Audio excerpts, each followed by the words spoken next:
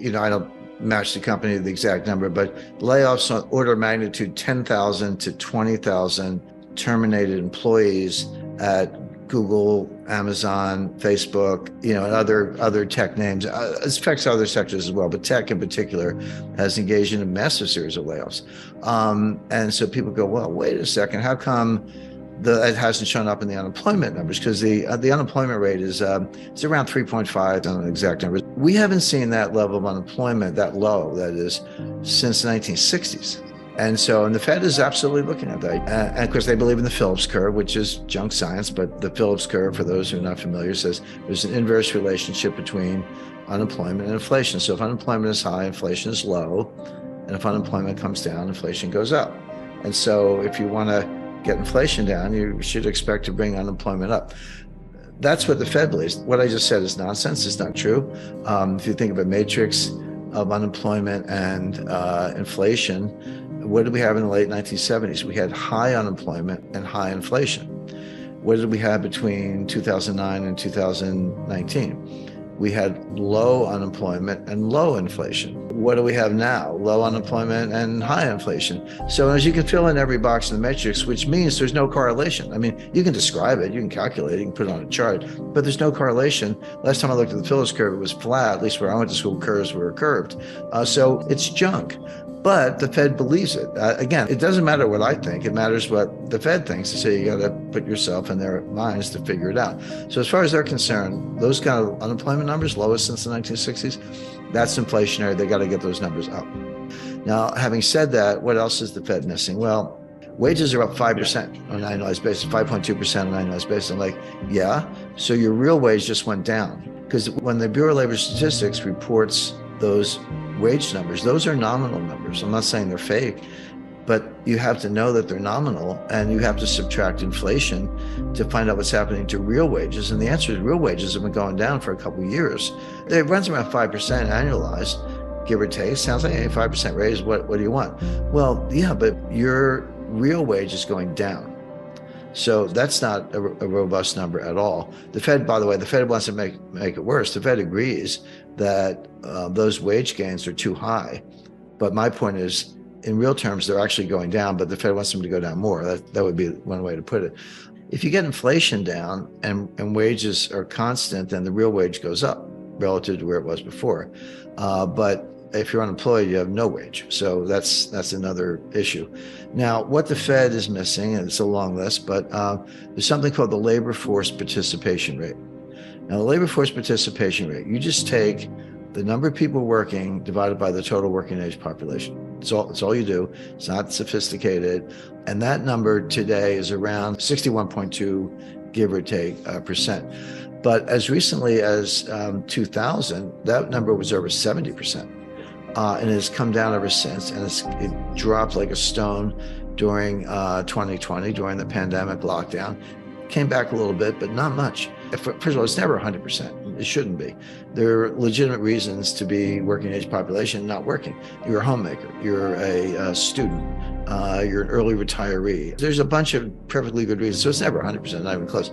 But 70 is pretty high and 60 is pretty low. And the trend has been down. So that leaves, relative to kind of a normalized number, that leaves about 8 to 10 million people between the ages of 25 and 54 who are not in the workforce. And again, even if you allow for legitimate reasons for a lot of them, there's a big untapped labor pool. There are a lot of people who are sitting home watching, the football playoffs and not going to the unemployment office. That's the thing. You have to go to the unemployment office online or whatever. You have to at least look at a job to be counted as unemployed. If you're not looking, you're not counted as unemployed. But you're still a person. You're still capable of working. You're just not looking, which is a very negative sign, by the way. But if you took that group and threw it into the unemployment numbers, the way the Bureau of Labor Statistics calculates it, unemployment would be about 9%. That's a depression level of unemployment. The dollar, of course, it was, on a tear in 2021, most of 2022. It got to levels maybe technically not higher than 2000. Now, dollars come off a little bit, kind of starting in October, but I think that's about at the end of its adjustment, and the dollar's going to get stronger again. And the reason I say that is it's consistent with everything else we're talking about. If we're talking about the kind of recession that I've described, and if we're looking at the kind of yield curves, apart from the fact that it's reliable warning of recession, which it is, what's behind the curtain? What are the real reasons why the yield curve is inverted? It's sending a very bad signal. We interpreted the signal, but why? Why is it happening? The answer is there's a mad scramble for dollars. There is a serious dollar shortage, and people roll their eyes. They're like, wait a second, China's dumping treasuries, Brazil's dumping treasuries, people hate the dollar. China's talking to Saudi Arabia about paying for oil and yuan. What do you mean there's a dollar shortage? Well, there is. And we can see it, but there's a reason for it. 1 quadrillion is 1,000 trillion.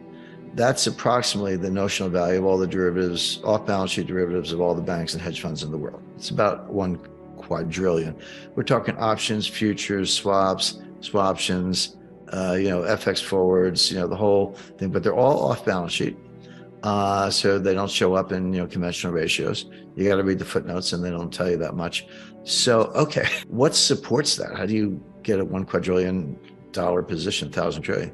Well, the answer is collateral, but not that much. It's a little sliver. It's kind of like 1% collateral under the 1 quadrillion. Okay, so in a credit crunch, you're going into recession, which is where we are.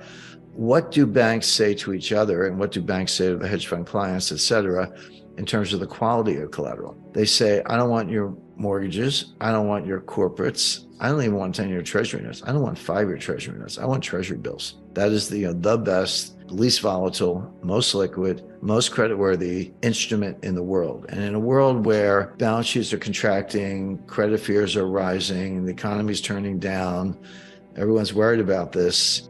Well, if you're Deutsche Bank or Barclays or HSBC or Unicredit or Banco Santander, you have a central bank that doesn't print dollars. ECB can print all the euros you want, doesn't print dollars. Where are you going to get the dollars? Well, if you want to buy dollar-denominated treasury bills, you got to get dollars so you can pay for them. That's what will drive the dollar higher. So they're desperate. They have to get dollars to prop up their own banks. If you're the People's Bank of China, you got to prop up the Chinese banking system. If you're the Swiss National Bank, you got to prop up Credit Suisse, et cetera. The Fed will actually give you all the treasury bills you want. All you have to do is just do a reverse repo with the Fed. You deposit your cash with the Fed, and they send you treasury bills, and it's like, can be overnight, 1 week, whatever, and at some point you unwind it. But what you usually do is just roll it over. So a phone call to the Fed will get you all the treasury bills you want. So why doesn't that solve the problem? The answer is the Fed bills cannot be rehypothecated. They can't be used the way the dealers want. They can't send them to Deutsche Bank. But if I buy the bills at auction, I can. And so there's a liquidity preference for buying treasury bills at auction because I can pledge them to somebody else, and that's what they do. But if I do the reverse repo, I got to hang on to them because the Fed won't let me rehypothecate. And so that's why the yield to maturity at auction is lower than what the Fed will give you basically for free. But it's another one of these weird, quirky little inversions, but it tells you something. It tells you exactly what I said, which is there's a dollar shortage. And that will get worse as we go into a recession and credit losses pile up and banks get stressed and balance sheets get reduced and dealers say, it's treasury bills, give me a 4-week bill. That's going to drive the dollar higher against basically the euro.